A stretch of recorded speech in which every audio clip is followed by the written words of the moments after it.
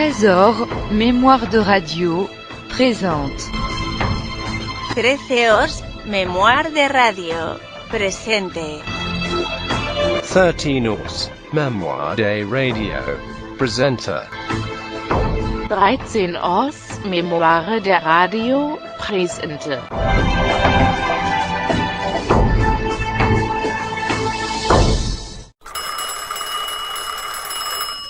C'est comme ce téléphone. L'un vous tue les yeux, l'autre les oreilles. Parce que vous avez déjà le téléphone. Mais d'où sortez-vous, mon ami? À Paris, il y a plus d'abonnés au téléphone qu'à l'électricité. C'est vrai. Oui, Armand se fait installer sitôt inventé. Je vous le disais, il ne résiste pas au progrès.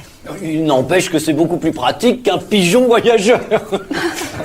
Eh oui, en 1900, le téléphone, c'est presque de l'histoire ancienne. Il a été inventé en 1876 par un Américain, Graham Bell. Enfin, c'est lui qui a déposé le brevet en premier. En revanche, l'électricité, c'est vraiment nouveau. Pas le principe, mais son utilisation à titre domestique. En 1900, l'électricité est essentiellement utilisée pour l'éclairage. Cela dit, on commence déjà à fabriquer des ventilateurs et des radiateurs électriques. Par conséquent, il y a déjà dans les appartements des prises électriques. Je suis sûr qu'il y en a chez Monsieur Armand. Elles étaient en porcelaine ou en bois. Le plus dur à l'époque, c'était de trouver des appareils compatibles avec les installations à domicile. En effet, en 1900, les prises n'étaient pas standardisées. Chaque fabricant faisait un petit peu à sa sauce. Du coup, les utilisateurs se prenaient de temps en temps un petit coup de jeu. Une petite précision quand même. L'électricité ne passe pas partout. Dans certaines campagnes, les habitants vont continuer à s'éclairer à la lampe à pétrole après la Deuxième Guerre mondiale. Ici, baronne de Montreuil. Oh, c'est vous, Marianne. Cher ami, c'est moi. Je ne vous ennuie pas. Mais non, pas du tout. Comment allez-vous? Si vous voulez, sortons tous deux. Vous avec moi? J'en suis heureux. Où nous trouvons-nous? Vite, un rendez-vous. Je veux m'amuser, danser, me griser. À l'Impérial, je vous attends. C'est dit. C'est fait, je viens à l'instant. Le téléphone, c'est merveilleux. Quand on fredonne un air à deux, on fait tout bas de bien beaux songes. Et l'on se dit des doux mensonges. Le téléphone, c'est amusant. On s'abandonne aimablement. Le téléphone, vous m'écoutez? Allô? Allô? Zut, c'est coupé.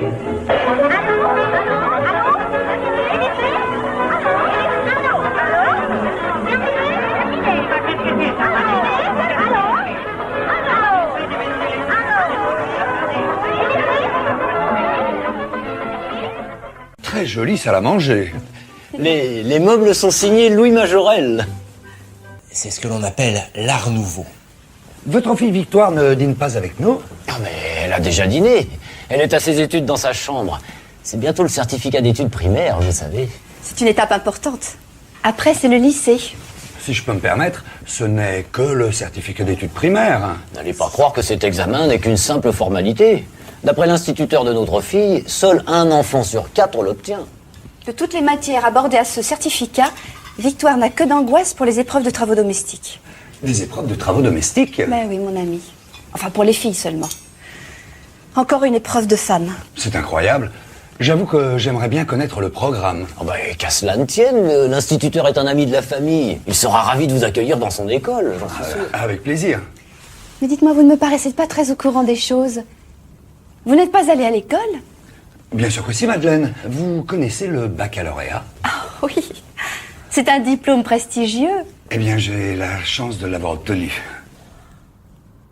Félicitations, il est réservé à si peu de personnes. Ah bon? Si peu de personnes. On est en 1900. À l'époque, le bac est réservé à une élite et ce sont essentiellement les garçons qui passent cet examen. Et puis, il faut savoir qu'il n'y a pas si longtemps, les enfants n'étaient même pas obligés d'aller à l'école. Alors le bac, c'est Jules Ferry qui a rendu l'école obligatoire pour les enfants âgés de 6 à 13 ans. Ce sont les lois de 1881 et 1882. Une école obligatoire, gratuite et laïque. Concrètement, ça veut dire que les religieux vont progressivement être évincés des écoles communales au profit d'enseignants laïcs. Le catéchisme n'y est plus enseigné, il est remplacé par l'instruction civique. Et tous les enfants sont accueillis dans ces écoles, quelle que soit leur confession. Petite précision quand même, les religieux vont pouvoir continuer à enseigner, mais uniquement dans des écoles privées. Le matin du certificat, ma mère a fermé sa boutique pour pouvoir mieux m'encourager. Ça se passait à la communale près de Saint-Germain-l'Auxerrois, dans le Préau même. Elle me recommandait en route d'avoir bien confiance en moi-même. Le moment était solennel, elle pensait à Caroline, ça la faisait encore pleurnicher. Tout autour du palais royal, elle m'a fait réciter mes fables et la liste des départements. À 8h juste, devant la grille, nous étions là qu'on nous inscrive. Il y avait du soin dans les habits, tous les mômes étaient décrotés, mais énervés au possible, les mères aussi. Il y a eu d'abord la dictée, ensuite des problèmes. C'était pas très difficile, je me souviens, il n'y avait qu'à copier. On faisait, nous, partie des refusés de l'automne, de la session précédente. Pour presque tous, c'était tragique, qui voulaient devenir apprentis. À l'oral, je suis tombée très bien sur un bonhomme tout corpulent qui avait des verrues plein son nez. Portait une grande lavalière, un peu dans le genre de l'oncle Arthur. J'étais pourtant pas un artiste. Pharmacien qu'il avait été rue Gomboust. Il y a des personnes qui le connaissaient. Il m'a posé 2 questions à propos des plantes. Ça, je ne savais pas du tout. Il s'est répondu à lui-même. J'étais bien confus. Alors il m'a demandé la distance entre le soleil et la lune, et puis la terre et l'autre côté. Je n'osais pas trop m'avancer. Il a fallu qu'il me repêche. Sur la question des saisons, je savais un petit peu mieux. Je marmonnais des choses vagues. Ouais, il n'était pas exigeant. Il finissait tout à ma place. Alors il m'a posé la question sur ce que j'allais faire dans l'avenir, si j'avais un certificat. Je vais entrer, que j'ai dit lâchement, dans le commerce. C'est dur le commerce, mon petit, qui m'a répondu. Vous pourriez peut-être encore attendre.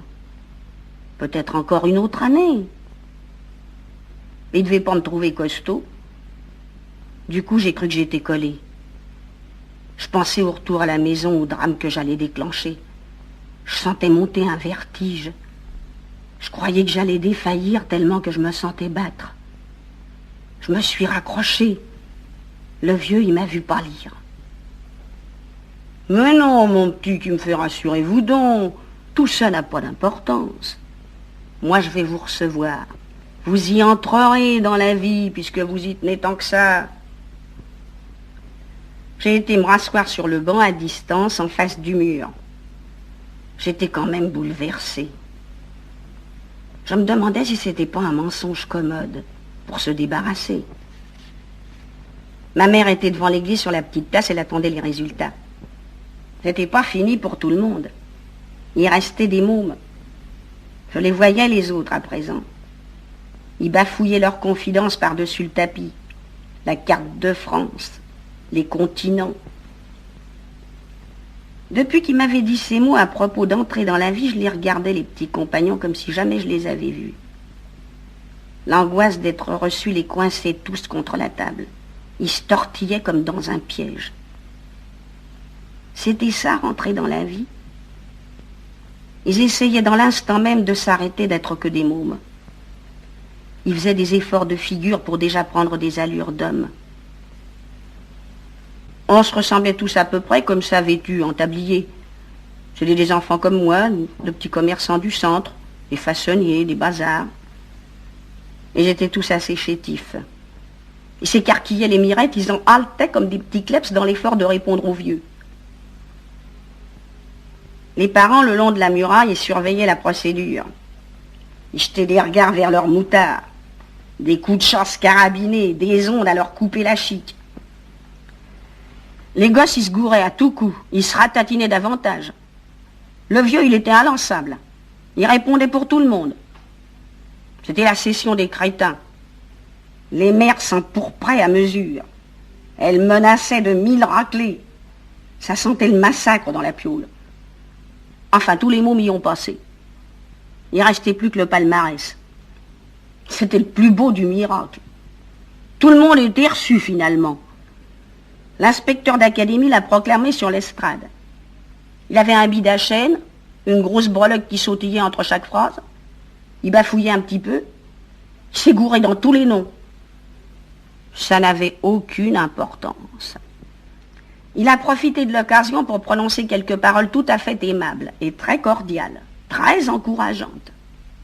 Il nous a bien assuré que si on se conduisait plus tard dans la vie, dans l'existence, d'une façon aussi valeureuse, on pouvait être bien tranquille qu'on serait sûrement récompensé. J'avais pissé dans ma culotte et recaqué énormément. J'avais du mal à me bouger. J'étais pas seule. Tous les enfants allaient de travers. Ma mère a bien senti l'odeur, en même temps qu'elle m'étreignait. J'étais tellement infectieux qu'il a fallu qu'on se dépêche. On n'a pas pu dire au revoir aux petits copains. Les études étaient terminées. Pour rentrer encore plus vite, on a pris un fiacre. On a fait un courant d'air. C'était des drôles de carreaux qui branlaient tout le long du chemin. Elle a reparlé de Caroline, comme elle aurait été heureuse de devoir réussir. Ah, si elle a une double vue. Mon père attendait au premier étage tout feu éteint les résultats. Il avait rentré tout seul l'étalage, les lustres, tellement qu'il était frémissant. Auguste, il est reçu. Tu m'entends? Il est reçu. Il a passé facilement. Il m'a accueilli à bras ouverts. Il a rallumé pour me voir. Il me regardait affectueusement. Il était ému au possible. Toute sa moustache tremblotait. Ça, c'est bien, mon petit. Tu nous as donné bien du mal. À présent, je te félicite. Tu vas entrer dans la vie. L'avenir est à toi. Si tu sais prendre le bon exemple. Suivre le droit chemin. Travailler, peiner. Je lui ai demandé bien pardon d'avoir été toujours méchant. Je l'ai embrassé de bon cœur. Seulement j'empestais si fort qu'il s'est mis à renifler. Oh, comment qu'il m'a repoussé. Oh, le cochon, le petit sagouin. Mais il est tout rempli de merde. Oh, Clémence, Clémence, emmène-le là-haut, je t'en prie. Je vais encore me mettre en colère, il est écœurant. Ce fut la fin des effusions. On m'a nettoyé tant et plus, on m'a enduit d'eau de Cologne. Le lendemain, on s'est mis en quête d'une maison réellement sérieuse pour que je commence dans le commerce. Une place même un peu sévère où on ne me laisserait rien passer. Pour bien apprendre, il faut que ça barde. Telle était l'opinion d'Édouard. Il avait 20 ans de référence. Tout le monde était de son avis. Eh ben dites donc, ils n'ont pas froid aux yeux ces Gavroches. Pas mieux d'aller au travail. Et vous savez, c'est devenu fréquent dans les rues de Paris. Comme ça, devant tout le monde en plein jour. Il en sortirait presque des poubelles depuis que Monsieur Poubelle en a fait mettre plein nos rues. Il y a même des vraies bandes organisées, c'est pire qu'avant. Pourquoi c'est pire qu'avant? Vous avez lu les journaux? Vous avez vu combien de visiteurs sont attendus à cette exposition? 50 millions, je crois. Eh ben voilà, autant de cibles pour ces bandes de petits voyous. 50 millions de visiteurs, ça fait 100 millions de poches à visiter. Et encore, à raison de 2 poches seulement par visiteur. Alors tout ça à cause de l'exposition universelle. Pas seulement. Vous avez vu cette éclosion de grands magasins? On y trouve tout ce qu'on veut sur des rayonnages. Les gens sortent de ces palais de la consommation, les bras chargés comme des mules. Et alors? Et alors, la tentation? Le vol à l'étalage, c'est jamais aussi bien porté. Ah, du coup, ils ont inventé ça. On les appelle les hirondelles. Moi, je trouve plutôt qu'ils ressemblent à des corbeaux. Mais pourquoi on les appelle les hirondelles? Ah, très bonne question. Figurez-vous que c'est la marque de leur vélo. Alors là, vous m'apprenez quelque chose, monsieur Lautrec. La police à bicyclette, une invention du préfet Louis Lépine. Et ce monsieur tenait non seulement à ce que sa police soit efficace, mais également à ce qu'elle ait fière allure. Du coup, les agents devaient par exemple porter la moustache, un attribut selon lui indispensable à la prestance et à l'autorité. Et Dieu sait s'il en fallait de l'autorité, pour lutter contre les bandes organisées qui terrorisaient les Parisiens, les Apaches, comme on les appelait. Pour faire régner l'ordre, le préfet Lépine disposait aussi de policiers en civil, en bourgeois, comme on disait. Il s'agissait d'une sorte de police secrète qui contrôlait les réunions politiques et syndicales. Et puis, il y avait aussi une brigade des mœurs et une brigade des garnis. Cette dernière surveillait les petits appartements meublés. Elle contrôlait les registres pour suivre les allées et venues de leurs occupants. Ma mère m'a mise au monde à la prison du Cherche-Midi. Mon père là-bas encore s'était pendu dans le maquis. Ma sœur sur le boulevard vendait ses charmes à s'en prendre l'heure. Mon frère plus ambitieux s'est établi faux monnayeur. Rendez-vous compte, moitié de la branche et des manières. Quand on voulut me refiler sur le gangster, j'ai dit j'ai un gendarme dans ma vie. Un vrai gendarme avec des bottes et un képi. Il a du charme, le bandit. Quand il sourit, dans sa moustache, on est conquis. Caracolant sur son vélo, quel est ce point qui voit l'obstacle au galop? Sous le soleil, en plein midi, trempé de sueur et gris de poussière, c'est lui tout à... Après la chanteuse, hein, vous venez par ici. Leurs yeux seraient des pistolets qu'elle me tuerait. Mais prenez garde, les souris, j'ai un gendarme dans ma vie.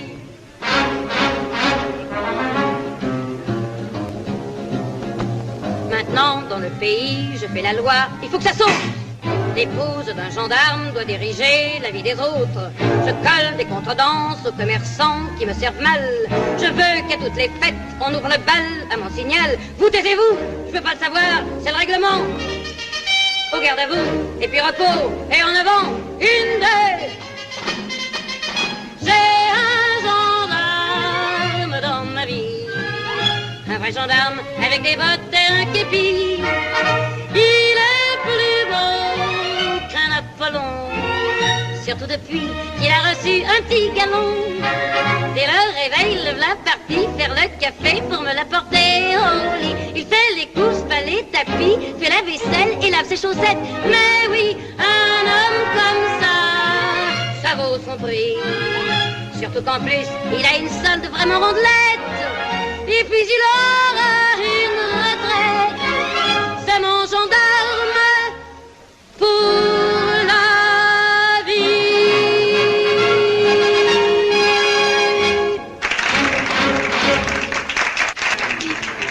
Dites, ça vous ferait rien d'avoir en plus un notaire?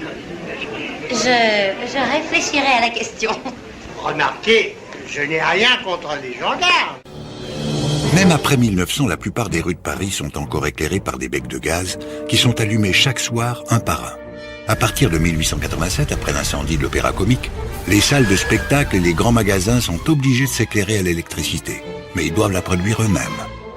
Il faut attendre les expositions universelles de 1889 et 1900 pour que les Parisiens découvrent cette nouvelle source d'énergie et que Paris s'équipe de centrales électriques. Mais au début, il y a peu d'abonnés.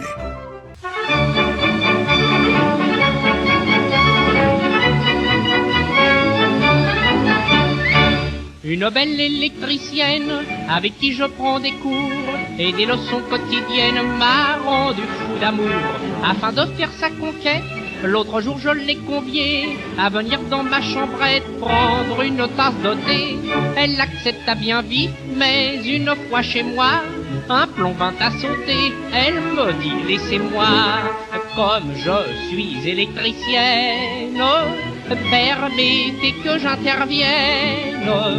Pour réparer ce plomb fondu, il me faut 2 minutes au plus. Il s'agit de trouver l'endroit pour le réparer. Quand je la vis sur mon échelle, mes yeux firent des étincelles.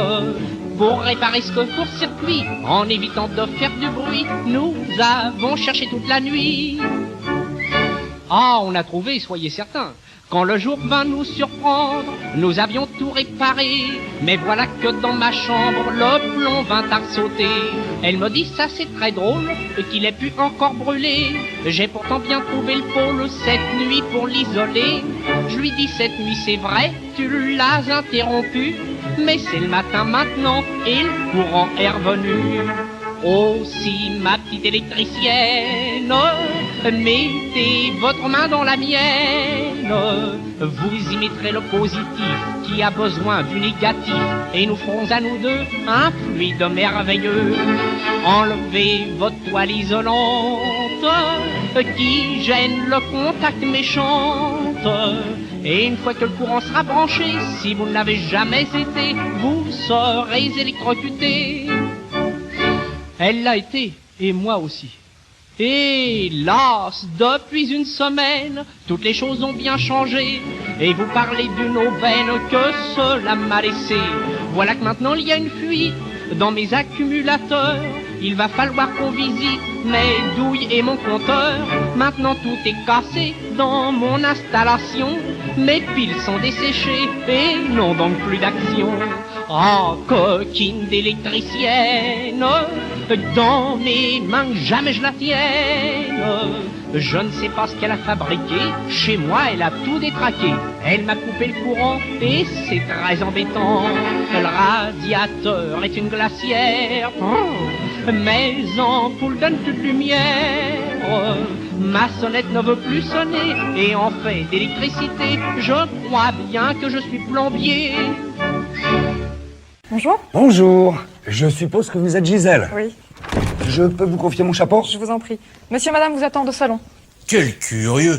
Il faut toujours que tu mettes ton nez partout. Ah! Bonsoir. Je ne suis pas en retard, j'espère. Tenez, Madeleine, c'est pour vous. Oh, comme c'est charmant, il fallait pas.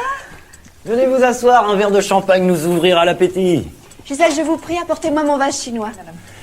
Vous êtes drôlement bien installé. Quel confort. Ah, je n'ai pas à me plaindre. Mais vous savez, le progrès nous rattrape toujours. Nous avons installé le gaz à l'étage depuis peu que déjà la lumière électrique semble être la meilleure solution. L'électricité, je peux vous dire que ça a des avantages. Ah, et des inconvénients aussi, mon ami. Armand refuse de prêter l'oreille à ces rumeurs. Mais que disent ces rumeurs? Que cette lumière électrique serait nocive pour les yeux, tout simplement. Baliverne, Madeleine. Pensez plutôt au danger du gaz. Les incendies se multiplient. Auriez-vous oublié celui de l'Opéra Comique il y a 13 ans? C'était bien le gaz, Madeleine.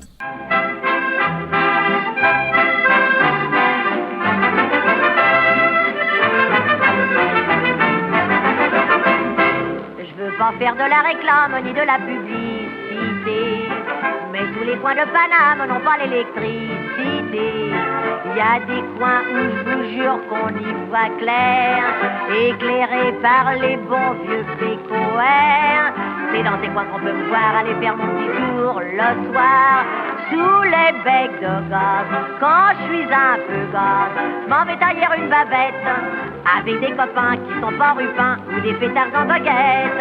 Sous les becs de gaz, pas besoin de jazz pour faire un petit bal musette. On ne s'en fait pas, on siffle et ça va. Et l'on danse la java.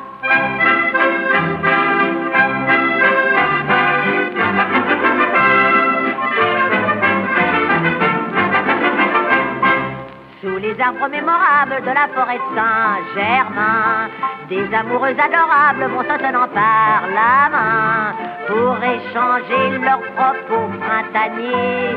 Faut qu'ils s'expliquent tous les grands marronniers.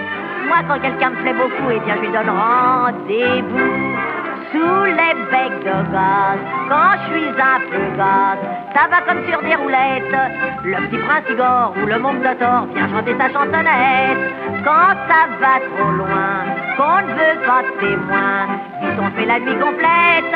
Comme on n'y voit plus, on est moins ému. Et puis ni vu ni connu.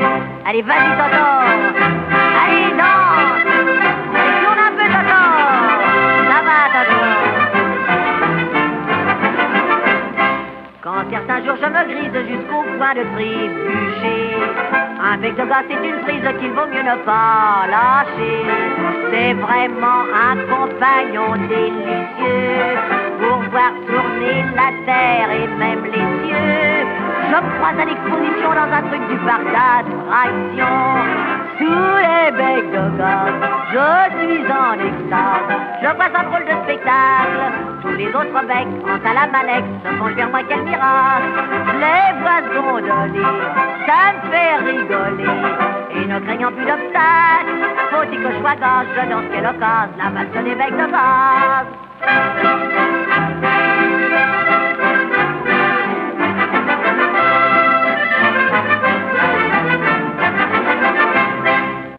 En 1900, les femmes doivent souvent se contenter de rester au foyer.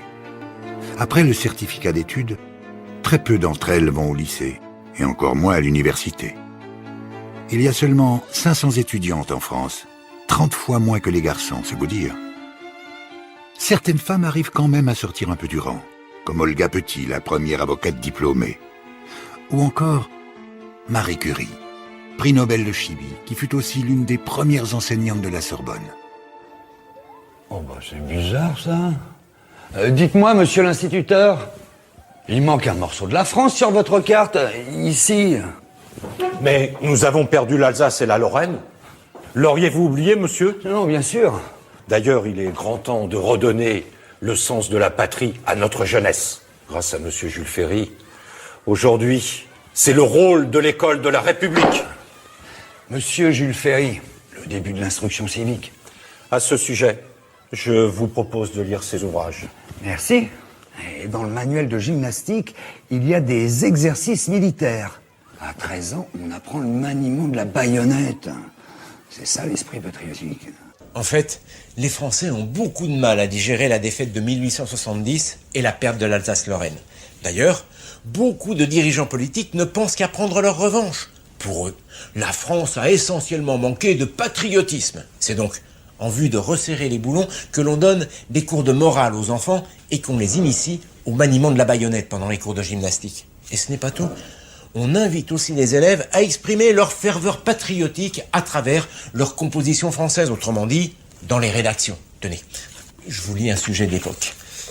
Quelques jours avant la révision, c'est-à-dire avant de partir au service militaire, un jeune appelé s'est mutilé volontairement. Aujourd'hui, on demanderait à l'élève de commenter le geste. Eh bien, pas en 1900. Je poursuis l'énoncé. Dites votre indignation inspirée par une telle faute.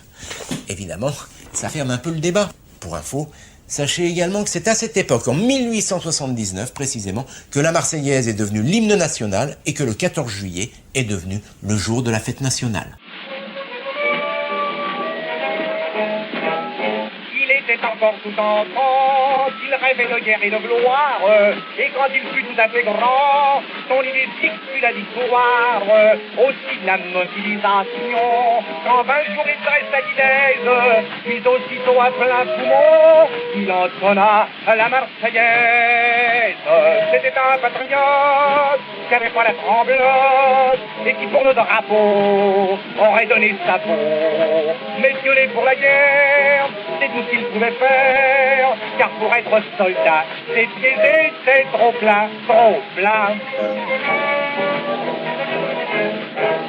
Comme c'était un gars costaud, pour ne pas rester à rien faire, chaque jour en jouant au domino, il battait tous ses adversaires. Pendant que nos troupes qui étaient très actifs, dans le nord et l'est livraient bataille, lui buvait 15 apéritifs, en parlant de canon et de mitraille. C'était un patriote qui avait pas la tremblote, et qui pour le drapeau aurait donné sa peau. Quand il avait bien bu, et qu'il n'en pouvait plus, en pensant au pays, il faisait l'assaut de son lit, son lit. Ayant le génie d'un tacticien, voyant nos troupes replier sans cesse, coup de colère il dit non d'un chien, j'offre comme des maladresses. À sa place, je ne ferai pas ça, j'irai de l'avant coûte que coûte, du reste qu'on me laisse et l'on verra comment l'ennemi boira la goutte. C'était un patriote qui avait pas la tremblote et qui pour le drapeau aurait donné sa peau. Mais le jour que les Prussiens avancèrent sur Pantin, il prit comme direction le train pour Tarascon, Rascon. Quand il arriva dans le Midi, avec sa nature héroïque, à tous il dit si je gagne Paris, c'est pour sauver la République. Puis lorsque messieurs les Prussiens furent enfin balayés de France, heureux et fiers il reprit le terrain, content de lui et plein de vaillance. C'était un patriote qui avait pas la tremblote et qui pour le drapeau aurait donné sa peau. Maintenant qu'il n'y a plus de danger, il recommence à gueuler, disant même il paraît, c'est lui qui a tout fait, tout fait. Pour traquer les criminels, la police commence aussi à utiliser les progrès de la science. le développement de la photographie permet de créer les premiers fichiers d'assassins et de grands délinquants. C'est aussi en 1900 que la police commence à relever les empreintes digitales. Un certain Henri Déon Schaeffer sera le premier à se faire prendre pour avoir laissé des traces de ses doigts sur les lieux du crime.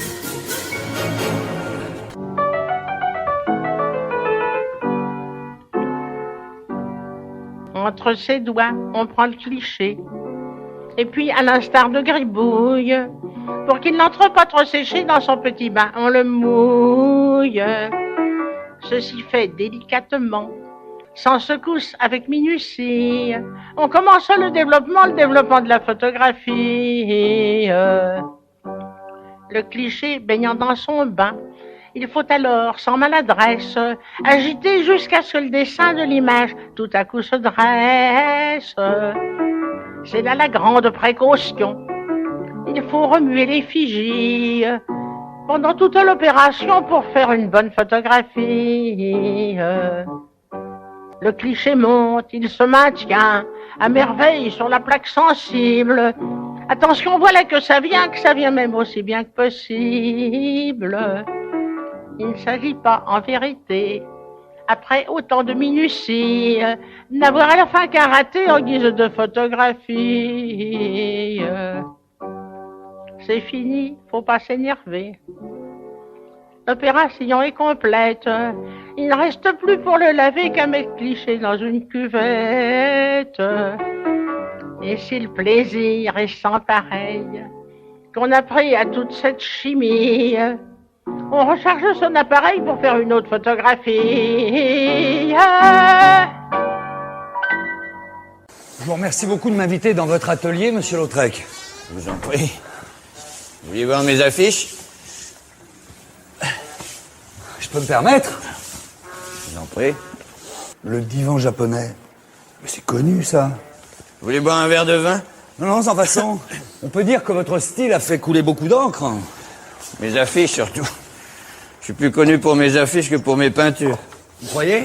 Ah oui. Vous savez, plus une image est simple, et plus elle retient l'attention. Ce qui est essentiel, c'est de faire des aplats de couleurs vives. C'est la clé de l'affiche, si j'ose dire. Regardez celle du dessous. Vous voyez? Cet aplat noir, cette écharpe rouge, je crois qu'elles vont immortaliser mon ami Aristide Bruand. On peut dire que vous êtes un précurseur de la publicité. De la réclame, vous voulez dire? Oui, pardon, la réclame. Une manière en pomme et téton, chanson de route, interprétée par Aristide Bruand.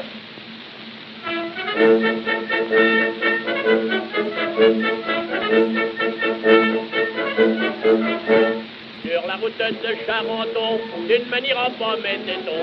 Sur la route de Charenton, d'une manière en pomme et téton. J'ai rencontré la jeune ton, une mine maniera. Oh, d'une manière en pomme et téton, sont-elles. D'une manière en pomme et téton, sont. J'ai rencontré la Jeanneton, d'une manière en pomme et téton. J'ai rencontré la Jeanneton, d'une manière en pomme et téton. Elle avait de la barbe au menton, une mine maniera. Oh, d'une manière en pomme et téton, sont-elles. D'une manière en pomme et téton, sont. Elle avait de la barbe au menton, d'une manière en pomme et téton. Elle avait de la barbe au menton, d'une manière en pomme et téton. Sa barbe était raide comme du jonc, une mine maniera. Oh, d'une manière en pomme et téton, sont-elles. D'une manière en pomme et téton, sont.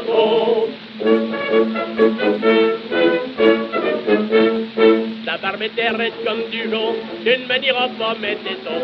Sa barbe était raide comme du jonc, d'une manière en pomme et téton. J'en ai coupé un potillon, une mine maniera. Oh, d'une manière en pomme et téton, sont-elles. D'une manière en pomme et téton, sont. J'en ai coupé un potillon, d'une manière en pomme et téton. J'en ai coupé un potillon, d'une manière en pomme et téton. Pour m'en faire un joli pompon, une mine maniera. Oh, Tu ne me diras pas, mais c'est ton fontaine. Tu ne me diras pas, mais c'est ton.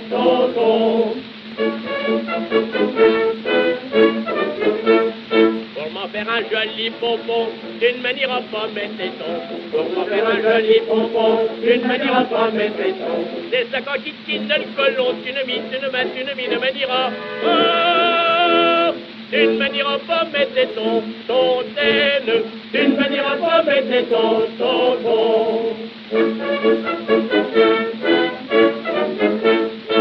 Si ça aurait été moi, c'est que je te les aurais maniés, les tétons à la jeune de tu aurais pas manié que les tétons, tu aurais manié le... Henri de Toulouse-Lautrec a un excellent coup de crayon. Alors, on décide de le faire monter à Paris.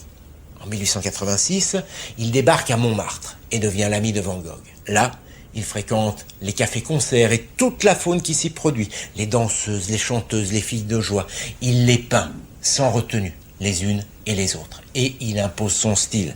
Ainsi, malgré sa petite taille, 1m52, eh bien, il parvient à grimper au sommet de l'affiche. Tu l'as dit. Et en peignant les nuits parisiennes, il immortalise les figures les plus illustres du Moulin Rouge. La danseuse Jeanne Avril, surnommée Jeanne la Folle. Valentin le Désossé, l'homme du quadrille. Et bien sûr la Goulue, dont l'affiche fera le tour du monde. Voilà, celle qui m'a rendu célèbre, du jour au lendemain. Ah, le Moulin Rouge. J'en ai fait des dessins à cette époque. Les gens, ils croient que les crayons, c'est du bois et de la mine. Pas du tout, c'est de la pensée par les phalanges.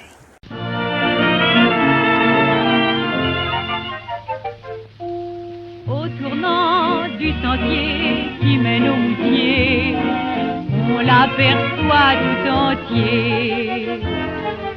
À chacun l'air courtois de son humble toit semble dire enfin c'est toi. C'est un vieux moulin parmi les champs de lin qui jase au trémolo de l'eau. Là règne la paix au mur, le lierre épais suspend les champs bénis des nids.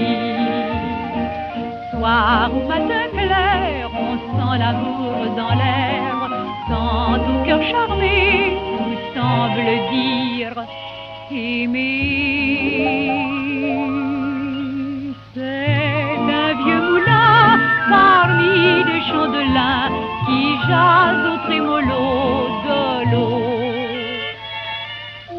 Il connaît le roman de tous les amants, les doux aveux, les serments, les baisers où l'on mord leur saveur de mort, les trahisons, les remords. C'est un vieux moulin parmi les champs de lin qui jase au trémolo de l'eau. Là règne la paix au mur, le lierre épais suspend les champs bénis des nids. Soir ou matin clair, on sent l'amour dans l'air, quand au cœur charmé, tout semble dire aimer. C'est un vieux moulin parmi les champs de lin qui jase au trémolo de l'eau.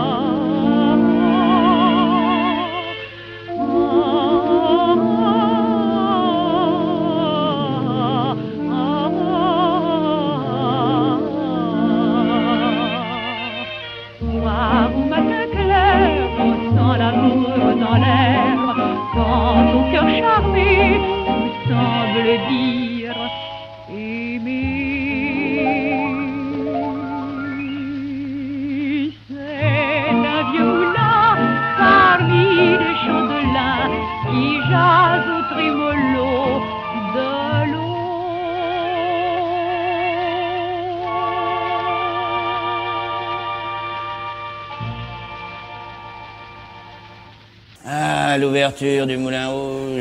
C'était en 1889. Tu devrais aller y faire un tour, Fred. Ça vaut vraiment le détour. Allez, zappe-toi.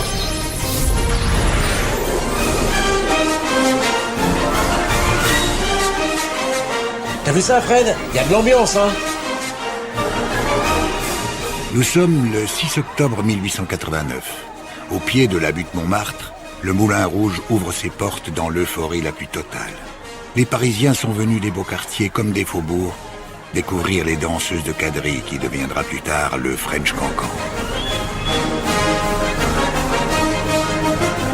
C'est le lieu de tous les plaisirs, de l'insouciance. Toulouse-Lautrec y passe toutes ses soirées. Tu vas voir, Fred, il est plus fringant qu'en 1900. Et on fait la pause à Golu. Faut que je me réhydrate. Monsieur Lautrec, puis-je vous entretenir? Je suis journaliste dans une revue d'art. Faites, jeune homme. Merci beaucoup. Ça va me changer les idées. J'arrête pas de tirer le portrait. Toutes ces vedettes, elles veulent que je les immortalise. Je vous offre une fée verte? Une fée verte, monsieur Lautrec? L'absinthe. La liqueur divine. D'abord, vous versez l'absinthe. Ensuite, posez la cuillère sur le verre. Vous mettez le sucre sur la cuillère. Vous versez l'eau sur le sucre. Et alors, l'absinthe se trouble. Elle prend sa robe d'opaline. Et ensuite, elle vous trouble. Ça trouble tellement qu'une loi de 1915 va en interdire la consommation. C'est vous dire l'effet que faisait l'absinthe sur l'organisme.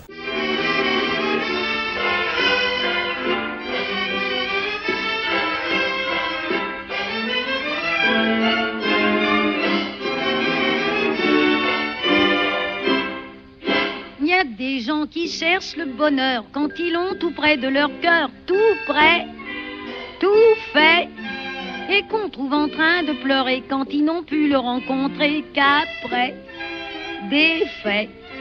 Il leur faut des tas de chichis afin d'épater à tout prix Paris. Surpris, il leur faut 1000 sensations qui leur chavirent la raison. Opium, coco, pour eux plus rien n'est bon. Quand on veut être heureux, y a que les spiritueux. L'alcool est un bienfait des dieux. Les toilettes, les bijoux, je m'en fous. La morphine qui rend fou, je m'en fous. Tous ces trucs-là me semblent bêtes quand j'ai bu mon anisette. Les diamants, les tours de cou, je m'en fous. J'ai fichu tout ça au clou, oh, je m'en fous. Moi, je suis heureuse et je chante comme une fauvette quand j'ai bu mon anisette. Tiens, j'ai perdu mon mouchoir. Eh ben non! Pourquoi m'en faire, s'il vous plaît, à tout propos, à tout sujet? Pourquoi? Tais-toi! Cette vie-là dure trop peu pour que tout ne soit pas un jeu pour moi. Je te crois. Quand je vois tourner les maisons, qu'un flic me dit « Oust, au violon », je réponds « Oh, c'est bon ». Le commissaire est bon enfant pour celui qui n'est pas méchant. Il eut parfois pour moi des égarements. Mais moi, je perds pas le nord. S'il me faut coucher dehors, j'en connais qui n'en sont pas morts. S'il faut me priver de tout, je m'en fous. Et roupiller n'importe où, je m'en fous. Je rigole des bobards qu'on me jette quand j'ai bu mon anisette. Oh, moi, je vais boire n'importe où, je m'en fous. Mais après, je marche sur les genoux, je m'en fous. Et je me fous de la gueule de ceux qui se paient ma tête. Ah oui, parce que moi j'ai un principe. Oh, quand j'ai bu mon anisette.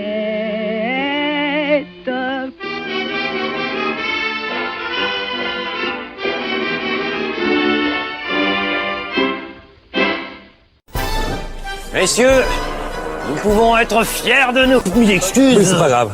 Ingénieur. On se connaît. Peut-être dans une autre époque. Vous fêtez quelque chose? Ah oui, monsieur. Ça, n'est-ce pas merveilleux? C'est vrai qu'il fallait oser. Messieurs, nous pouvons être fiers du patron. Gustave Eiffel est vraiment un génie. Ah, là, vous êtes fiers de votre gros tas de ferraille d'avoir ridiculisé Paris, défiguré Notre-Dame avec votre colonne en tôle boulonnée. Oh, cette colonne de tôle, comme vous dites, monsieur Lautrec, est une merveille de technologie. Oh, bon. Merveille. Oh, messieurs, je dois vous quitter. Je dois être à la première heure demain à la tour pour y inspecter l'ascenseur hydraulique. Ça ne vous ennuie pas si je vous accompagne? Oh, mais avec plaisir. Soyez à 8h au pied nord. Très bien. Vous viendrez aussi? À 8h? Oui, bien sûr. 8h. Admirez cette cathédrale de fer. Voyez ces lignes élégantes pénétrer le ciel de Paris. Ça ne vous fait pas penser à une machine à explorer l'espace? Vous voulez bien me la faire visiter? Allez, suivez le guide. Tu es l'un des premiers visiteurs. Elle a été inaugurée le 31 mars 1889 pour l'ouverture de l'exposition universelle. Vous n'avez pas le vertige? Non, ça va. Oh. Vous avez remarqué la grâce de ces membrures? C'est de la haute technologie. Imaginez tout ce que l'on peut réaliser aujourd'hui grâce à l'acier. Des ponts immenses, des charpentes gigantesques et plein d'autres choses encore. Vous avez raison. En plus, ça a l'air solide, hein? Ah bah, rendez-vous compte, une tour de 9000 tonnes, de 300 mètres de hauteur, et le tout assemblé en seulement 26 mois. Quelle performance, y a pas à dire. Ah ça oui mon ami, cette merveille pourrait traverser les siècles. Quand je pense que certains veulent nous la faire démonter après l'exposition. Dites-moi, vous m'aviez pas parlé d'inspecter l'ascenseur hydraulique? Ah oui, c'est vrai. Mais c'était juste pour vous faire admirer la vue. Je vous remercie. Bon, allez, on descend. Hein. Il a la forme, hein. La Tour Eiffel. Chanson de Richard Aumonroy, chroniqueur au journal Le Gaulois. Chantée par Marguerite Deval.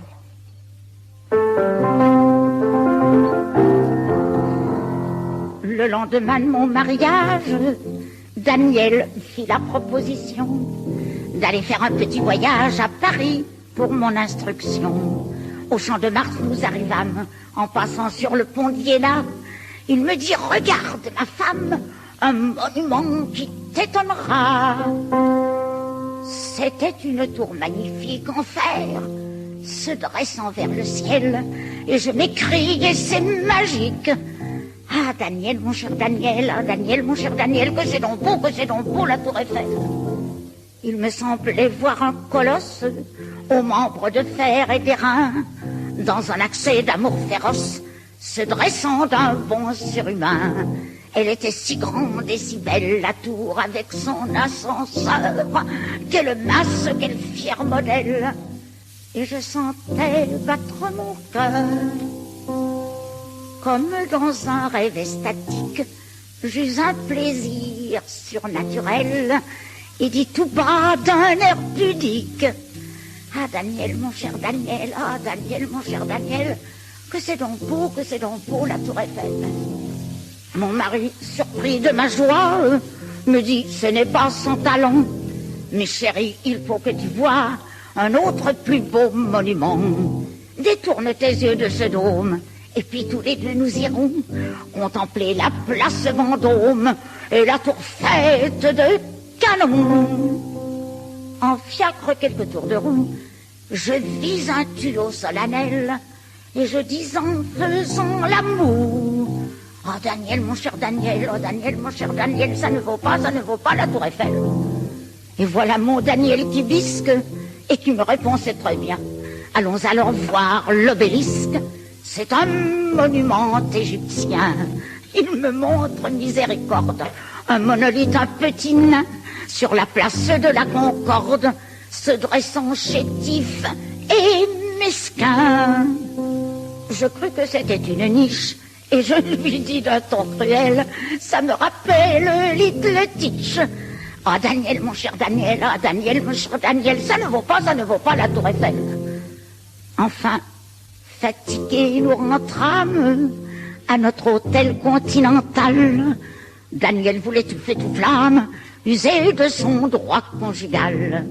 Il avait soufflé la bougie et me disait très allumé: je sens ce soir, oh ma chérie, que je ne t'ai jamais tant aimé. Pour moi, je ne voulais plus rien croire à rien qui soit surnaturel. Pourtant, je dis dans la nuit noire: ah, Daniel, mon cher Daniel. Ah, mais Daniel, mon cher Daniel. Eh ben non, ça ne vaut pas la Tour Eiffel. Admirez, c'est la plus grosse machine hydraulique jamais construite. Quelle drôle de machinerie. Regardez, un ascenseur qui marche grâce à la force de l'eau. N'est-ce pas génial?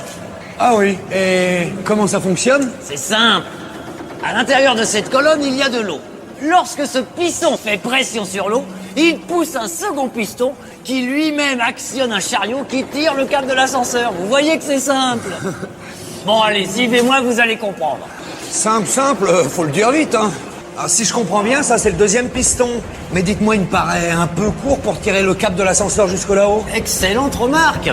Mais grâce à un système de poulies et de démultiplication, lorsque le chariot avance d'1 mètre, le câble, donc l'ascenseur, vous me suivez, hein? Eh bien lui, il monte de 8 mètres. Je vous l'avais dit que c'était simple. D'accord, très ingénieux. Il habite au 7e étage, moi j'habite au rez-de-chaussée. On n'a jamais vu davantage de cœur qui s'aimerait espacé. Si je n'avais la peur extrême à gravir tout cet escalier, pour mon amour du 7e, c'est vous qui seriez mon premier. Si vous aviez un ascenseur, vers vous pourrez monter mon cœur. Mais vous n'avez pas d'ascenseur, alors je garderai mon petit cœur. Même pour trouver l'âme sœur, j'hésite à vous donner mon cœur. Votre âme sœur sans ascenseur est trop placée pour mon cœur. Montez tous vos étages, c'est un voyage et mon cœur serait douté. Soufflez, je n'ai pas le courage d'entrer en cage. Cage, c'est l'escalier. Si vous aviez un ascenseur, vers vous pourrez monter mon cœur. Mais vous n'avez pas d'ascenseur, alors je garderai mon cœur. Juliette et Roméo eux-mêmes n'avaient qu'une échelle à monter. Elle aurait longé au 7e, il aurait peut-être hésité. Aussi je dois rester bien sage, en rêvant, c'est l'essentiel. Que je monte au 7e étage, pour trouver le 7e ciel. Si vous aviez un ascenseur, vers vous pourrez monter mon cœur. Mais vous n'avez pas d'ascenseur, là je garderai mon petit cœur. Même pour trouver l'âme sœur, j'hésite à vous donner mon cœur. Votre âme sœur sans ascenseur est trop placée pour mon cœur. Grimper tous vos étages, c'est un voyage et mon cœur serait tout essoufflé. Je n'ai pas le courage d'entrer en cage, c'est l'escalier. Si vous aviez un ascenseur, vers vous pourrez monter mon cœur. Mais vous n'avez pas d'ascenseur, alors je garderai mon cœur. La visite est terminée. Allez, zappe-toi en 1900, il me semble que tu y es attendu.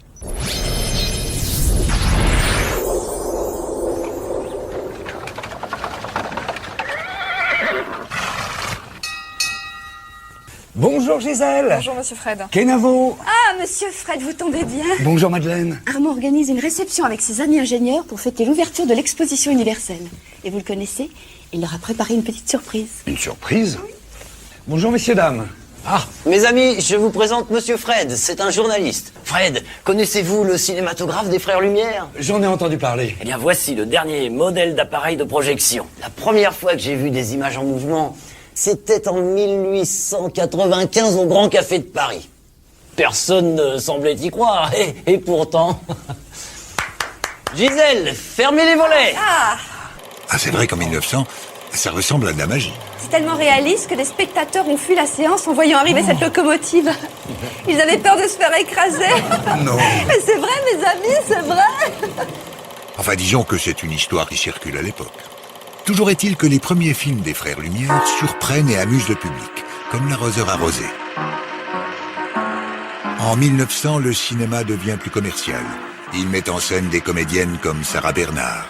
Il tente déjà de synchroniser les images et le son du phonographe.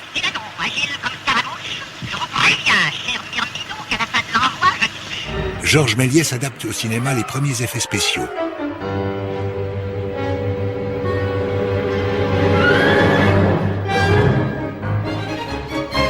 Puis avec Léon Gaumont et Charles Pathé, le cinéma devient industriel. Certains de leurs films font le tour du monde, comme Le Coiffeur merveilleux. La couleur aussi apparaît, mais il faut peindre chaque image sur la pellicule. Bref, les pionniers du cinéma ont déjà pensé à tout.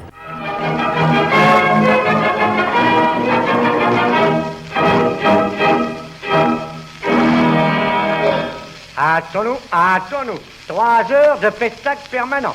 C'est ici le plus beau cinématographe du quartier. Vous verrez les 3 mousquetaires. Et comme la maison ne recule devant aucun sacrifice, au lieu de 3 mousquetaires, on vous en fera voir 4. Hâtons-nous. En fait, moi dis donc, je vais me payer le cinéma. Une place soufflée, merci madame. Dans le fond, naturellement. Dans tous les cinémas, on voit pas clair. Ça y est, je vais me casser la poire. Qu'est-ce que c'est que ce truc-là? Oui, plus bas. Ils vont me mettre au premier rang, je vais y voir que puis je vais attraper un horticolis. Pardon, monsieur. Pardon, madame. Qu'est-ce que c'est que ce truc-là? Comment c'est votre nez? Oh, pardon, madame. Ben, qu'est-ce que vous avez comme quart d'abri, vous, alors? Ah, ça, c'est un homme. Dérange-toi pour mon vieux. Ah, ça y est. Là que ça commence. Chouette, alors. Qu'est-ce que c'est que ça? Pâté journal. Voyage de monsieur Laval. Oh, regarde donc, il est bas, le père Laval. Ah, il s'en fait pas une miette, lui, alors. Il voyage en première, dis donc. Ah, il s'en fout pas mal, il paye pas. Regarde-le, il rigole. Ça y est, c'est Laval qui rit. Vive la République!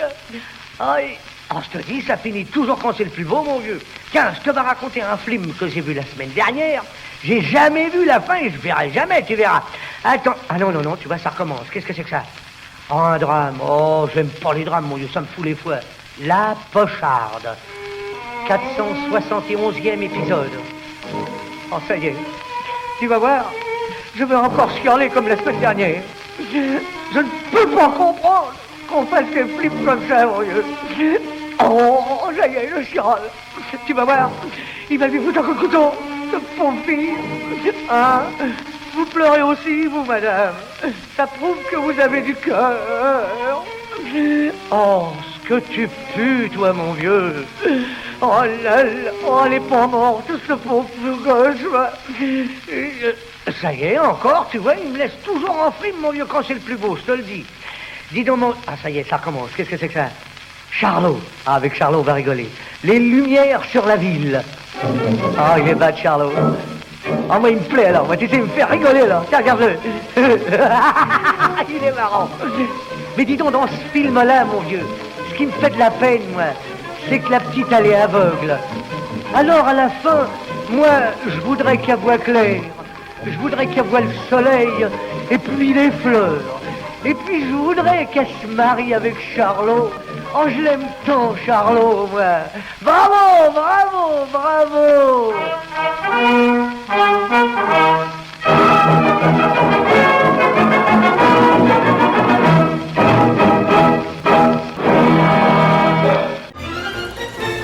Et ce n'est pas tout. Savez-vous ce dont j'ai eu vent au palais d'électricité de l'exposition universelle? D'un procédé qui permettrait la projection d'images à distance. Oui, messieurs. Madeleine, comment appelle-t-il cela déjà? La télévision, mon chéri. Oui, c'est cela, la télévision. La télévision en 1900? Non mais je rêve ou quoi? Mais non, tu ne rêves pas. Le procédé a bien été imaginé au moment de l'exposition universelle de 1900. En revanche, la première transmission d'images télévisées date de 1931. Bravo. Et maintenant, chers amis, grâce à ces appareils, chacun pourra réaliser son cinématographe en famille. Gisèle, lumière. Vous devriez amener une de ces machines dimanche. La télévision s'introduit dans la vie privée. Elle va s'introduire aussi un jour dans la vie publique. Et regardez-vous. 1, 2. Viens, Madeleine, sur ma petite reine. Un mouvement admirable, c'est Andromède 3 qui prend le meilleur sur Buffalo. Paloma, plus Paloma, c'est un disco très rigolo et sans histoire. La collection est une indiscutable réussite. Et d'ailleurs, la robe d'organdi que... Manteau de ballerine, doucement lui va les reins. Dans les 18 mètres, le terrain est très sec, le temps est magnifique. Il est fait beau et que Marie-Joseph soit mon maître. Oh, vois mon cœur, oh, vois mon cœur.